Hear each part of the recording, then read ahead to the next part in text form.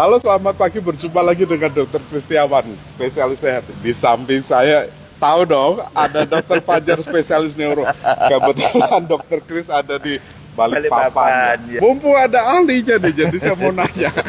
Tanda-tanda dini gitu, Dok. Ya. Kita kena stroke tuh bagaimana? Ya. Supaya kita selalu waspada kan gitu ya? Ya. Tanda-tanda Tanda-tanda atau gejala awal, gejala dini yang harus diperhatikan sebetulnya kita bisa melihat dari bahasa tubuh kita. Salah satunya yang paling gampang, orang itu ingatnya kan P3. P3 itu pelo, perot, sama parese. Parese itu artinya lumpuh. Nah, 3 ini adalah gejala awal yang orang sudah paham ini sebetulnya stroke. Tetapi yang harus diingat bukan P3 saja, Dok. Ada gejala lain yang orang mengiranya itu adalah sesuatu yang bukan stroke.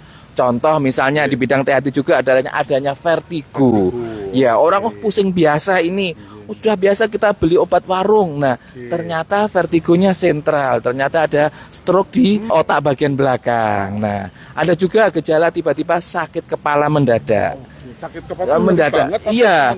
Ya, sakit kepalanya itu berbeda dengan keseharian. Pokoknya pengalaman pertama. Sesuatu yang pertama itu memang harus diperhatikan, Dok. Kemudian yang selain pusing, sakit kepala, muntah yang mendadak. Iya. Jadi muntahnya itu kadang kita sebut namanya proyektil, tanpa didahului mual dulu. Nah, dan yang kedua yang dilupakan adalah sifatnya mendadak, Dok. Yang sesuatu mendadak itu harus kita perhatikan. Kalau pakai singkatan dari luar negeri namanya FAST, ya. FAST itu atau ditambahi sekarang BIFAST. Nah, balancing sama I. Balancing tadi ya antara vertigo sama sakit kepala dan gangguan mata. Ya, jadi kalau BIFAST E-nya tuh I, jadi tiba-tiba matanya kabur. Ingat itu ada stroke di mata. Jadi dari definisi AHASA selain di otak, sekarang ditambah dengan stroke di mata sama stroke di spinal atau di tulang belakang. Definisinya diperluas, Dok. Nah, ini ada satu trik ini ya yang sudah saya share ke jutaan viewers itu, yaitu bagaimana kita bisa mendeteksi dengan satu gerakan yang itu bisa kita praktekkan. Kita begini ya, kita begini, kemudian tutup mata selama 30 detik. Ya. Kemudian setelah ini kita perhatikan gerakan tangan kita. Jika kita tetap seperti ini, insya Allah sehat walafiat. Tetapi apabila tangan kita itu tiba-tiba turun gini, otomatis sendiri ya lemesnya. Ini adalah parese yang sangat lemah atau yang tidak ketahuan, Dok. Namanya pronator drift.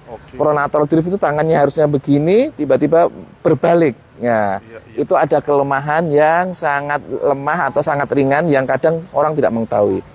Atau yang kedua, ya kita tes saja begini, Dok. Arm sling namanya ya, jadi diputar. Ya, diputar. Untuk mengalihkan perhatian suruh berhitung 1 sampai 30 atau tutup mata. Nah, jika diputar begini, tiba-tiba salah satu tangannya itu lemah, jadi harusnya kan berduaan bareng.